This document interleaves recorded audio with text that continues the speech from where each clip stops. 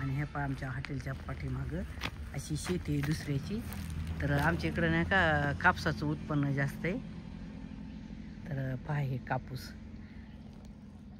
ह्या पहा पूर्ण शेती अशी पांढरी झालेली आहे बघा अशी कापसानं. हे पहा, तर आमच्या इकडे याला पांढरं सोनं म्हणतात. रामकृष्ण हरी मंडळी, चला तर आज व्हिडिओला सकाळी सकाळी सुरुवात केलेली. तर पहा आमच्या हॉटेलच्या मागं असं शेती आहे, कापूस वगैरे आहे. आणि चला आता मी काय केलेलं, हॉटेलवर आलेली, सकाळी सकाळी आंघोळ्या वगैरे झालेली. तर म्हणलं चला आता पुरी म्हणल्या भाजीला काही नाही, तर भाजी खूप असते घरात मंडळी. माणूस घोकत राहते पा काय भाजी करा काय भाजी करा. तसंच आमचं हे झालं, घरात भाजी आहेत पण सुनबाई म्हणलं काय करू म्हणलं थांबलं आपण अशी वेगळी अशी भाजी करू. तर मी काय केलेलं, आमच्या हॉटेलवर एक फळाचे बी लावले होते, तर त्याचा मस्तपैकी वेल आला आहे. तर चला म्हणलं त्याचं एक छोटंसं कवळंसं फळं खूप लागलेत, तर एक कवळं फळ नेऊन म्हणलं त्याची मस्तपैकी आपण बटाट्याची भाजी कशी करतो तर तशी भाजी बनवू म्हणलं.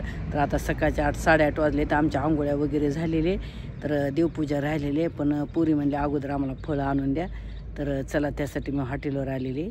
बाजूला असं भांड्याला मावशीसाठी जागा केलेली आहे भांड्याला, आणि त्याच्याच बाजूला मी काय केलं तर या कोपऱ्यामध्ये बी लावली होती फळाची.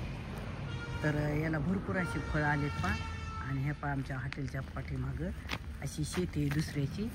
तर आमच्या इकडं नाही का कापसाचं उत्पन्न जास्त आहे. तर पहा हे कापूस, ह्या पा पूर्ण शेती अशी पांढरी झालेली आहे बघा अशी कापसानं. हे पहा, तर आमच्या इकडे याला पांढरं सोनं म्हणतात. पहा किती कापूस फुटलेलं आहे. आमच्याकडं भरपूर असा कापूस असते, प्रत्येक शेतकऱ्याकडं कापसाचं उत्पन्न असते. तर पहा, तर चला म्हणलं मी काय केलं, बी भरपूर फळं आलेत ना, तर इथं नाही का कापसाच्या झाडावर पण असे वेल चढलेले आहेत पा. ते पहा ते दिसायले पाहिजे पिवळं फूल. हे पहा इथं पण फळं लागलेली आहेत, छोटे छोटे फळं लागलेत असे. आणि कचऱ्यामध्ये पण खूप असे दिसणार आपल्याला. आणि इकडं पहा इथं किती मोठं फळ लागलेलं आहे भाजीसारखं. हे पहा इथं पण लागलेले आहेत, पुन्हा इथं 2 आहेत पहा. हे पहा इथं पण आहे, हे पहा 2 फळ आहेत पहा. हे पहा इथं लागले. पुन्हा इथं मी असं कचऱ्याने झाकून ठेवलेले, असं दिसते ना मग जर तोडून नेतात. हे पहा इथं लागलेले 2 आहेत पहा. इथं एक आहे आणि हे पहा इथे एक, असे 2 फळ आहेत इथं. हे पहा इथं पण फळ आहे पण आहे छोटं, अशी भरपूर फळ आहे ते आहे कचऱ्याने. तर चला म्हणजे एक फळ थोडंसं मोठं आहे, तर ते थोडंसं भाजीला घ्यावं. हे फळ घेणार आहे भाजीसाठी.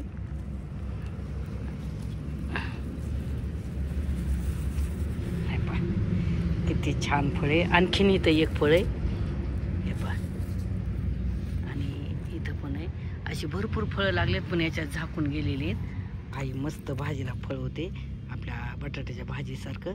तर चला म्हणलं याच्या आज आपण साध्या सोप्या पद्धतीनं मस्तपैकी हे जे आपण ह्याची सरभरीत होते, पातळ होते, घट्ट भाजी होते, जशी करील तशी होते.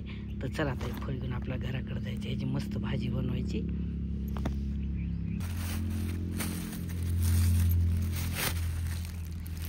फुलं लागतात पहा, अशी फुलं लागतात आणि नंतर त्याच्या मागं छोटंसं फळ तयार होतं पहा. अशाप्रमाणे फुलं करपतं आणि ह्या पहा असं तयार होतं फळ. इकडं पहा ते जनावराला असतं ना, गाईला बैलाला गवत, गजरा गवत, ते गजरा गवत लावलेले, ते फळाचा वेल लावलेले. इकडं केळी लावलेली आणि इकडं पहा नारळाचं, इथं कनेरी लावलेली मस्त. आणि इथं बेलाचं पण आहे, पुन्हा इथं आवळीचं आहे. हे पहा जास्वंद आहे, पुन्हा गेंदा जास्वंद, इथं आवळीचं पूर्ण. इकडे किचन आहे समोर, तंदूरची भट्टी आहे समोर. आणि पुढं नका मेन रोड आहे, परभणी जिंतूर औरंगाबाद हा मेन रोड आहे.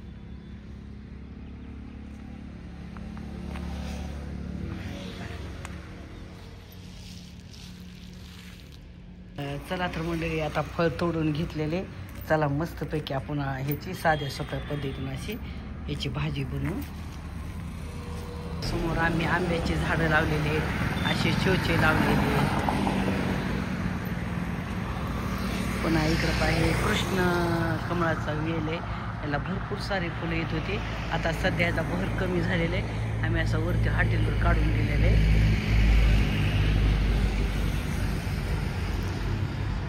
चालल्या कापूस याचायला. दादू दादू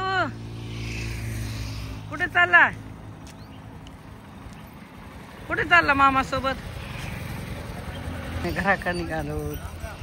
घर आलो. तरी फळ तोडून आणलं भाजीसाठी. तू म्हणलाली ना काय करू काय करू भाजी.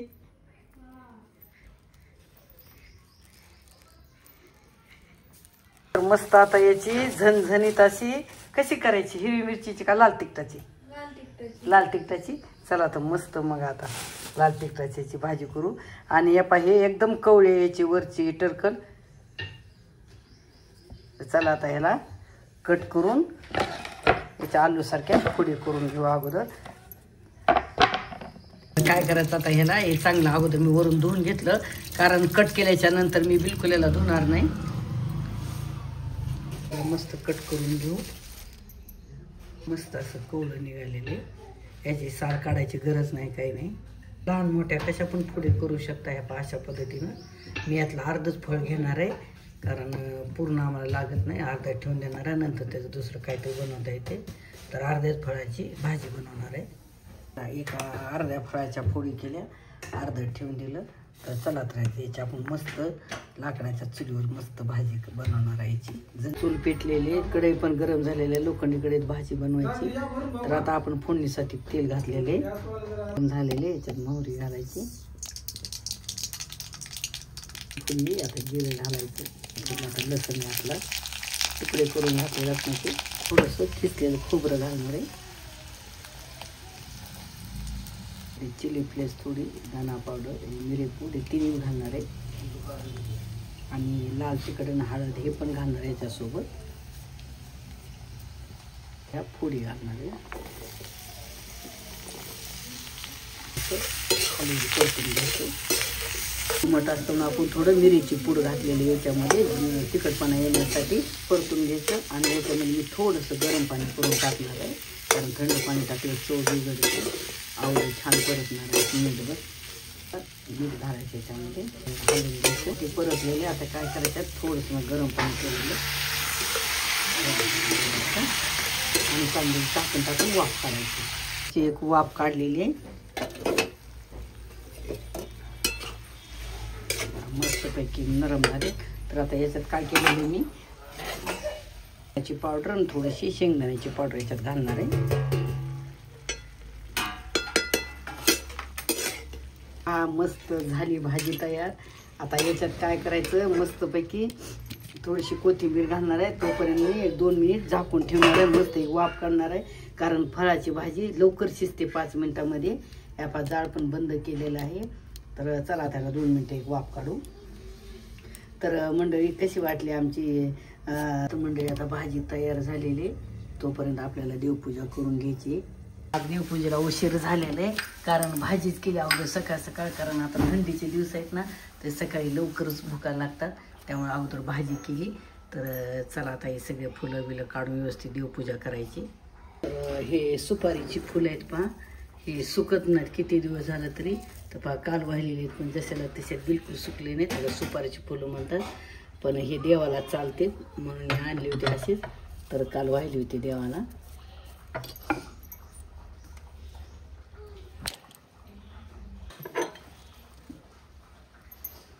वगैरे काढून सगळी साफसफाई करायची. आता मी मंदिर मस्त पुसून हा कपडा टाकलेला आहे. तर मी काय करते, 7 वार आहेत ना, तर 7 वारा दिवशी मी असे घरातलीच कपडे तयार केलेले आहेत. सोमवारी पांढरा कपडा टाकते मूर्त्या खाली, मंगळवारी थोडा देवीचा हिरवट असा, बुधवारी थोडा भगवा बघा, गुरुवारी दत्तात्रेयचा, शुक्रवारी असे 7 वारी मी वेगवेगळे कपडे टाकते. तर आज शनिवार आहे पहा, तर आज मी थोडासा भगव्यामधून डिझाईनचा कपडा आहे, तर तो घातलेला आहे देवांच्या खाली अंतरून. पूजा करताना कपडा अंतरला अगोदर दिवा प्रज्वलित करावा लागतो. दिवा लावून घेतलेले, देव धुवून मस्त वस्त्र वगैरे घातलेले देवाला. तर आता इथं मंदिरात देव मूर्त्या मांडून त्याची पूजा करायची.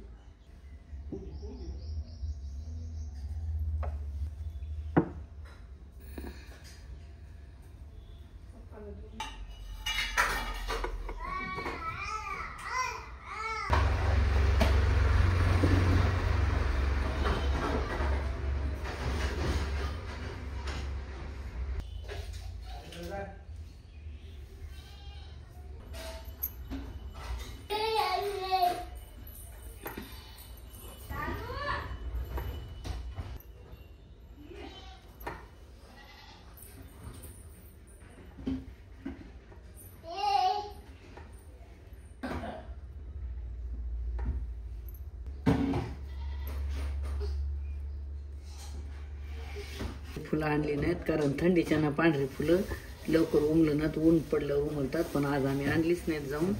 तर ही घरी हॉटेलवर आमच्या कन्हेरीचं झाड आहे, तर तिथलीच फुलं आणली आज देवपूजेसाठी. 3-4 माझ्याकडे झेंडूची पण फुलं होते फ्रीजमध्ये, तेच आज देवाला ठेवलेले. आणि वरती गच्चीवर गुलाबाची फुलं आहेत, काही 4-2 फुलं आली आहेत, काही कळे आहेत. पण आज देवपूजेला उशीर झाला म्हणून गच्चीवर पण गेले नाही फुलं आणायला. तर चला म्हणलं आहे तीच आज देवाची पूजा करू. कसं आहे मंडळी, देवपूजा झाल्याशिवाय घरात असं फ्रेश वातावरण वाटतच नाही आणि करमत पण नाही देवपूजा झाल्याशिवाय. देवपूजा नाही केली की कसं चुटचुटल्याने वाटतं, तर देवपूजा केल्यानंतर कसं फ्रेश वाटतं. त्यामुळे मी अगोदर देवपूजा करून घेते. झाली देवपूजा, झाली आपली रोजची देवपूजा, झाली रोजची देवपूजा करू. तर चला तर म्हणजे आपली रोजची देवपूजा पण करून झालेली. आणि देवपूजेच्या सोबत आपली देवडांगर कवळ्या फळाची भाजी पण साध्या सोप्या पद्धतीनं करून झालेली. हे फळ आपल्या घरच्या वेल्याचं तुम्ही पाहिल्याच्या व्हिडिओमध्ये. तर कशी वाटली आमची साध्या सोप्या पद्धतीने केलेली देवडांगराच्या फळाची भाजी आणि रोजची देवपूजा. आवडल्यास आम्हाला कमेंट करून सांगा. आणि तुम्ही जर माझ्या चॅनलला नवीन असाल तर लाईक करा, शेअर करा आणि न विसरता सबस्क्राईब करा. चला तर पुन्हा भेटू पुढच्या एका नवीन व्हिडिओमध्ये. धन्यवाद. रामकृष्ण हरी.